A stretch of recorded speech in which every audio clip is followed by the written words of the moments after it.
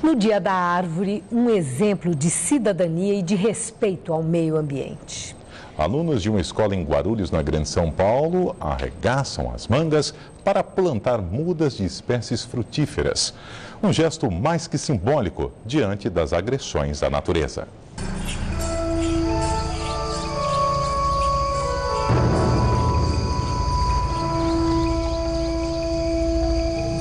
A devastação é uma ameaça constante às árvores da maior floresta tropical do mundo. A Amazônia perde, em média, 9.000 quilômetros quadrados de floresta a cada ano.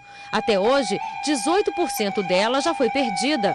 A destruição chegou ao limite. Se nós não tomarmos uma medida para zerar o desmatamento na Amazônia, ou seja, nenhuma árvore mais ser cortada, isso continuará acontecendo, trazendo um grave prejuízo, por exemplo, para a cidade de São Paulo. São Paulo é uma cidade que recebe vapor, nuvens, ou seja, chuva que vem da Amazônia para cá e que é fundamental, por exemplo, para que o nosso abastecimento de água esteja garantido. A situação da Mata Atlântica é ainda pior. Apenas 7% da mata original está preservada. O bioma sofre por estar presente em 17 estados do país, onde vive mais da metade da população brasileira. Outro desafio é manter vivo o verde que resta nas grandes cidades. Em São Paulo, por exemplo, a espécie mais comum, a tipuana, está seriamente comprometida. 15% das 1.100 árvores analisadas apresentam fungos e cupins que favorecem o apodrecimento do tronco e aumentam as chances de queda em vias públicas.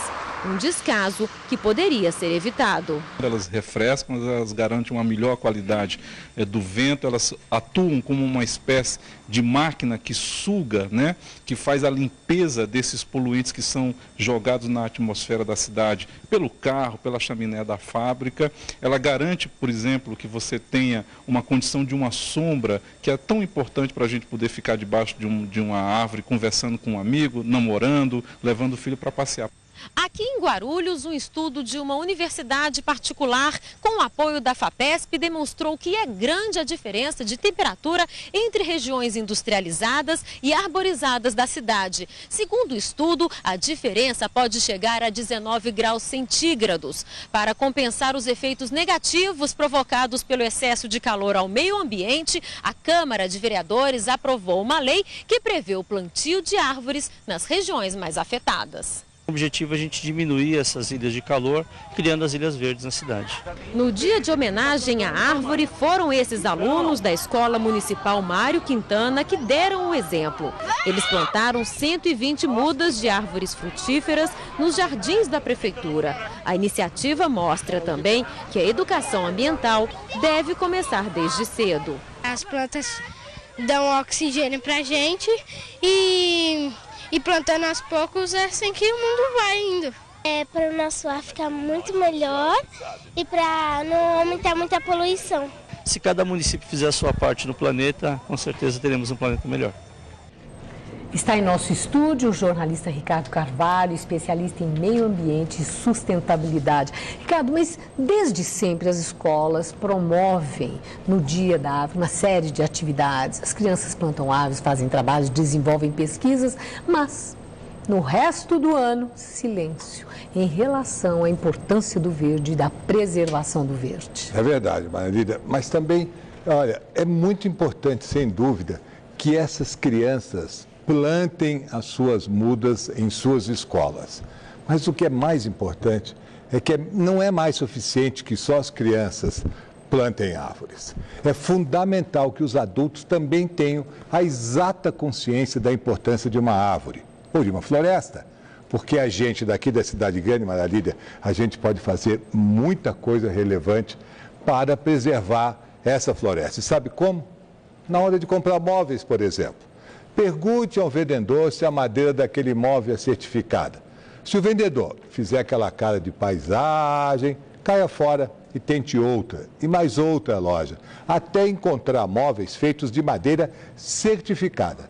É verdade que aqui no Brasil não são muitas lojas e nem fabricantes que se preocupam com isso, o que é uma pena, mas vale a pena insistir. Eu sou da opinião, Ana Lídia, que em estados ricos como o de São Paulo, o governo tem a obrigação de fazer uma fiscalização muito rigorosa nas estradas e não deixar que entre no solo paulista, que não entre a madeira que não seja certificada. Assim, os móveis feitos no estado mais rico do país serão obrigatoriamente de madeira certificada. Mas tem um detalhe, né, Ricardo? Essa consciência do cidadão de só adquirir produtos com certificado de empresas que têm um comprometimento com o bem-estar social, empresas que desenvolvem projetos de responsabilidade social, nós estamos avançando, né? Mas em relação aos outros países, em que pé que nós estamos? Olha, o país avança, o Brasil se conscientiza. Eu, pessoalmente, eu não gosto muito de fazer comparações, mas às vezes não tem jeito. Na Europa, o próprio lojista, ele só compra o móvel se tiver o certificado de garantia que se podia cortar a árvore que aquele móvel foi feito. Sabe por quê? Porque o consumidor vai lá checar se aquele móvel foi feito realmente de madeira certificada. Tem sempre um selo que acompanha esses móveis, que é universal e são 3 letras, FSC, que é uma sigla em inglês. E, mais uma vez, o papel do consumidor é fundamental. Ele pode e deve exercer esse papel, porque a certificação de madeira é coisa seríssima e funciona. Inclusive aqui no Brasil, onde existem apenas 3 certificadoras autorizadas. Além disso, o processo de certificar florestas é longo, é detalhado e muito exigente. E tem mais uma coisa. Hoje em dia, com o aumento do aquecimento solar, a árvore em pé vale mais do que a árvore cortada. E sabe por quê? Porque a árvore em pé ajuda a sugar o CO2, o carbono, que é um dos gases de efeito estufa que provoca o aquecimento global. Só para lembrar, o CO2 é proveniente do petróleo e seus derivados, né? Agora, esses estudos mais recentes, Maria Lília, acabam mudando um pouco a visão mais romântica que se tinha sobre a árvore, que se torna mais ainda um elemento muito mais fundamental para a vida no planeta. Muitas instituições em todo o mundo têm feito a sua parte para comunicar de diferentes maneiras estas coisas todas para o maior número possível de pessoas. A ONG WWF Brasil, por exemplo, fez uma animação com 1 minutinho de duração que mostra com muita criatividade o que pode acontecer quando se corta uma árvore, de como tudo está interligado e como o mundo dá voltas. Vamos ver?